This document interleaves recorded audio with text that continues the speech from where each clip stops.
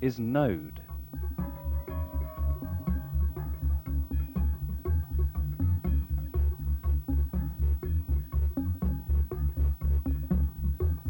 On the Putney is Flood, on Modular Moog is Ed Buller, on the ring-modulated trumpet is Gary Stout, and on interactive phrase synthesizer, Dave Bessel. Slap bang in the middle of Paddington Station, these men have been keeping passing commuters entertained with a style of music that defies description. This is the problem we're having at the moment, is like everyone's like really sort of trying to give it a label, you know, of like going it is ambient or it is techno, and it isn't really either, and it isn't really a combination of them, you know. I think it's very much like sort of, it is almost, it's not retro, it's almost retro, it's more like sort of 70s. I describe it as varied.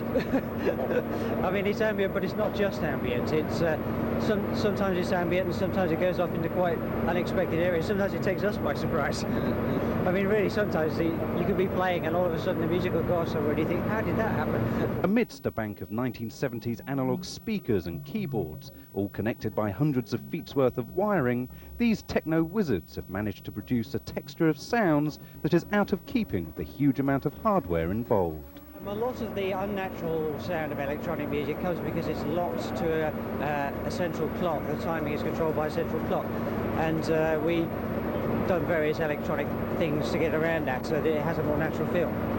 And also we play, whereas a lot of people who play electronic, so-called play electronic music, don't. As the public went about their business of getting to and from work, some stopped, others walked straight past, and a few got seriously involved with the vibes.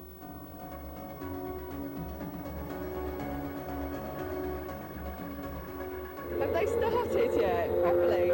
It's quite a nice idea, actually, because everybody's so grim-faced in the morning, and normally you get off the train and everyone's looking so dull. And yeah, people are stopping, listening. It's quite a good idea. It's different. Why not if it attracts a few punters? I'm waiting for them to start playing, actually. It's just a noise at the moment. I'm from New York, and it's amazing. All this equipment. Are these new boys? Well, no, not exactly. Whilst Flood has produced groups such as U2 and Depeche Mode, Ed's been involved with the likes of rock bands Pulp and Suede. But why Paddington Station? It's hardly the place to find a happening youth music culture interested in buying ambient tunes. Well, why not, I suppose, is the obvious answer. It's a huge echoey place, and it's a very kind of surreal place to put up all this stuff and just attempt to play to people who are going to work, really. It's a beautiful building, you know, and it's an amazing acoustic space.